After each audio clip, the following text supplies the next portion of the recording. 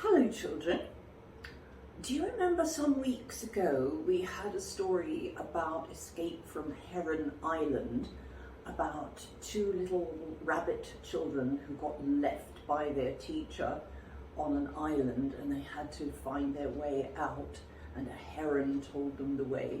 Do you remember that? That was from a set of stories from Fern Hollow, and now we have another story from Fern Hollow, and it's called the Midsummer Banquet. The Midsummer Banquet. And a banquet is a feast or a really lovely meal that you have at a party. So, are you sitting comfortably? Then I'll begin. In a few days, it would be time for the Midsummer Banquet to be held at Trundlebury Manor. In his attic, Lord Trundle was rummaging around looking for the candelabras and punch bowl which he had stored away after the previous year's celebrations. Now, candelabras are lovely things in which you put your candles for a lovely party. Now, where did I put them? He muttered. Perhaps they are in this chest. Opening the chest, he found, amongst many other things, an old engraving, that's a picture, of a medieval castle. Fern Hollow Castle. Now, medieval means many, many hundreds of years old. Very, very old.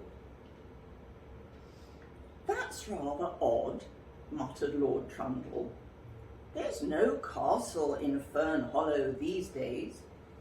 It must have fallen into ruins many years ago.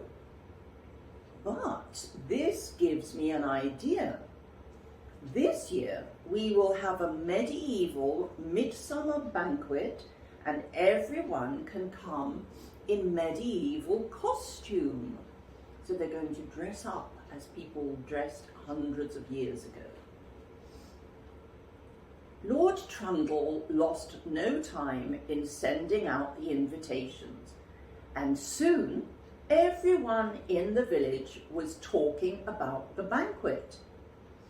Mr. and Mrs. Thimble, the Fern Hollow tailors, were kept extremely busy making the medieval costumes, and the lights in their windows burned late into the night. So they had their lights on, working on the costumes. When at last the clothes were finished, the animals came to try them on. You would hardly have recognized Brock Gruffy, Mr. Bouncer, or Mrs. Willowbank in their costumes. They looked splendid. They do look splendid, don't they? The morning before the banquet, Lord Trundle decided that he would visit Mr. Crackleberry, who would be doing the catering. Doing the catering means organising the food. He was driving along in his car when a thick mist came down. Unable to see where he was going and still thinking that he was on the road, he drove down a narrow track into Windy Wood. After some time, the track petered out and Lord Trundle's car got stuck in the mud. Can you see his car there? It looks like a Rolls Royce, a very expensive one. Then the poor fox, that's Lord Trundle, had to get out and struggle along on foot. Suddenly the mist began to clear, and to his surprise, Lord Trundle found himself standing in front of Fern Hollow Castle. It was the same castle as the one in Lord Trundle's picture. Although it was mostly in ruins, one of the towers was still standing, and naturally the fox felt that he must explore it. Can you see all those bats flying around in the castle? That means it's very old and hasn't been disturbed by anybody for many, many years.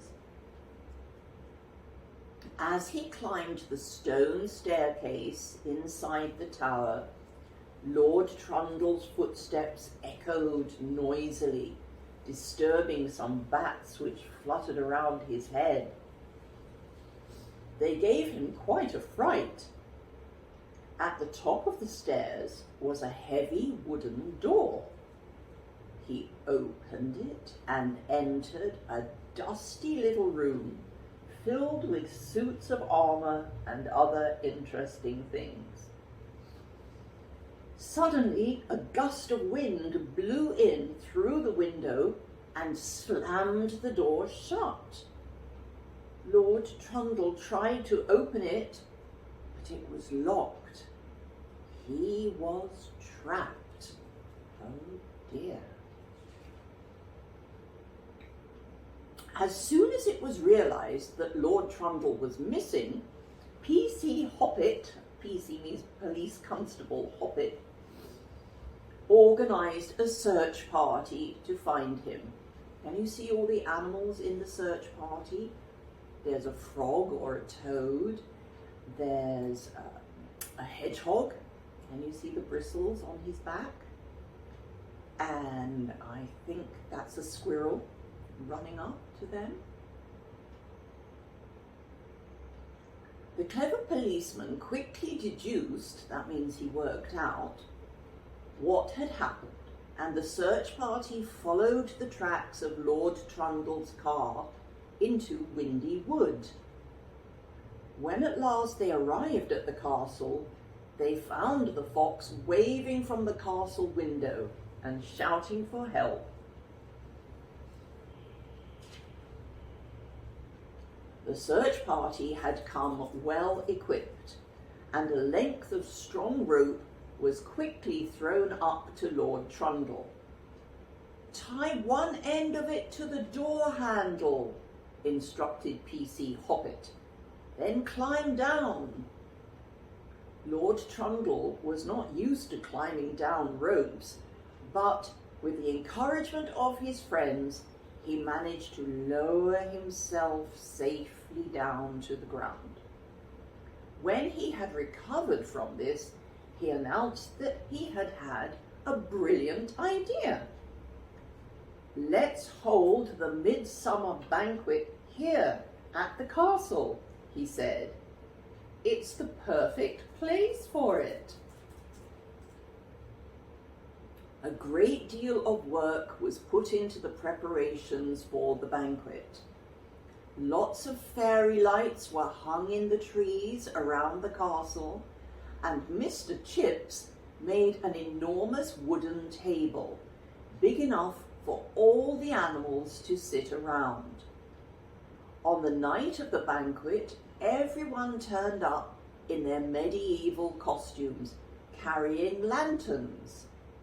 There was even medieval music, supplied by Sigmund Swamp, oh he's the toad or the frog I think, who played a lute is like an old-fashioned guitar, and sang a few little songs which he had written. Well, the animals are having a lovely time there, aren't they? And can you see in the right-hand corner a little bunny rabbit about to eat a huge piece of cake? And I think it's a little mouse or rat coming up to help her eat it, I think.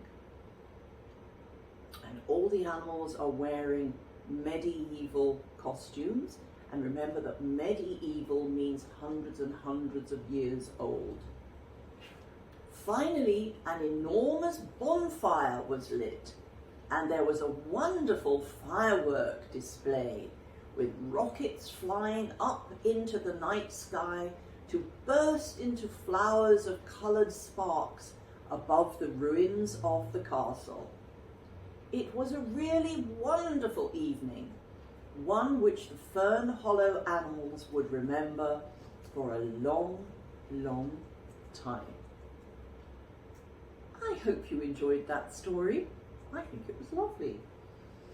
Okay, see you next week. Bye.